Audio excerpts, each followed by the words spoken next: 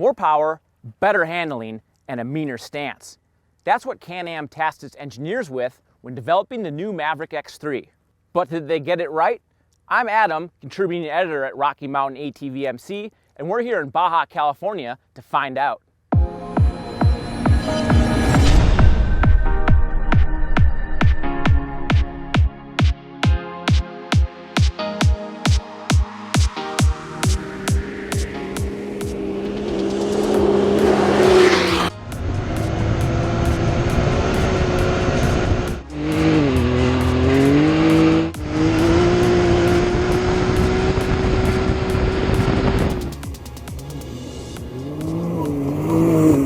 Well, we spent all day driving Can-Am's new base Maverick X3. This is the $23,000 entry-level Maverick. 20 inches of suspension travel, front and rear, turbocharged 3-cylinder engine. It's an awesome machine. In fact, it's probably the machine I would buy out of all three flavors of the Maverick. It's just amazing what the car can do. It's fast.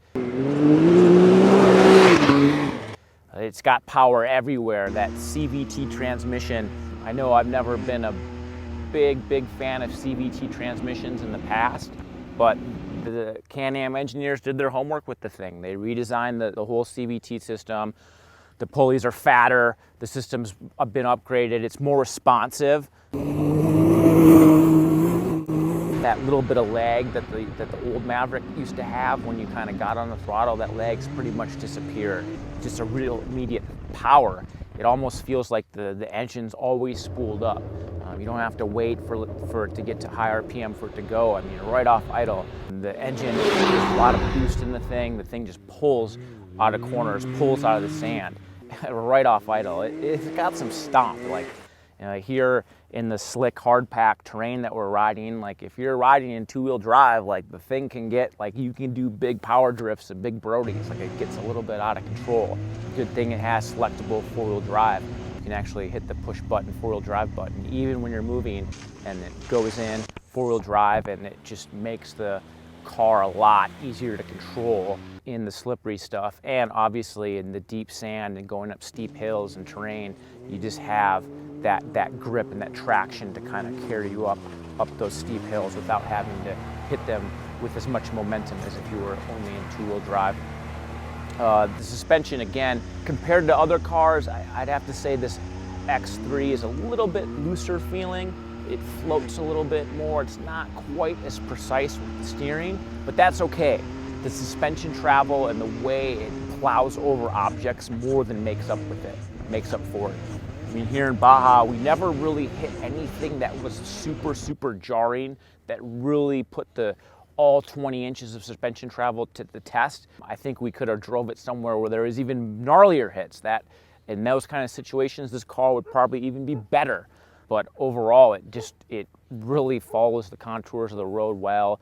You can just blitz stuff, and you have so much control. Again, like there's maybe a little bit more pitch on the brakes and pitch on the gas than maybe other cars with these long travel suspension, but it kind of adds the fun factor and makes it feel like you're driving a $100,000 plus trophy truck, and I like that.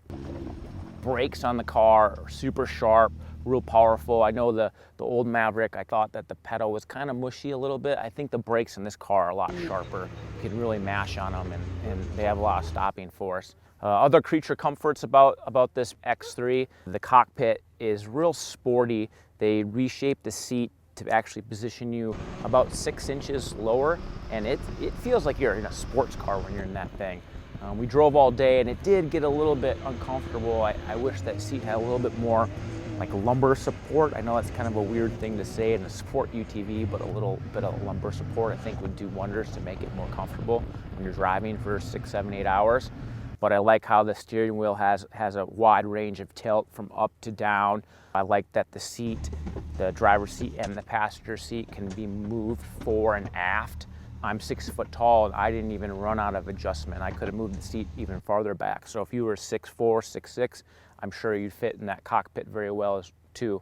Overall, it's a great car. Like if you want something that you're just gonna wow you, something that you can get in, you don't have to shift gears, you know, you just put it in high, smash the gas pedal and just have fun, this is the car. There's a couple things that could maybe be better, like the CVT kind of whines a little bit. There's little fit and finish things that are kind of maybe not as good as they could be, but I think for the price, for $23,000, you get a lot of car for your money. And this is the thing that you can ride Glamis, you can ride on the trail. It's a little bit more versatile offering than other performance side-by-sides in the class. And that's where I think this Can-Am is gonna surprise people.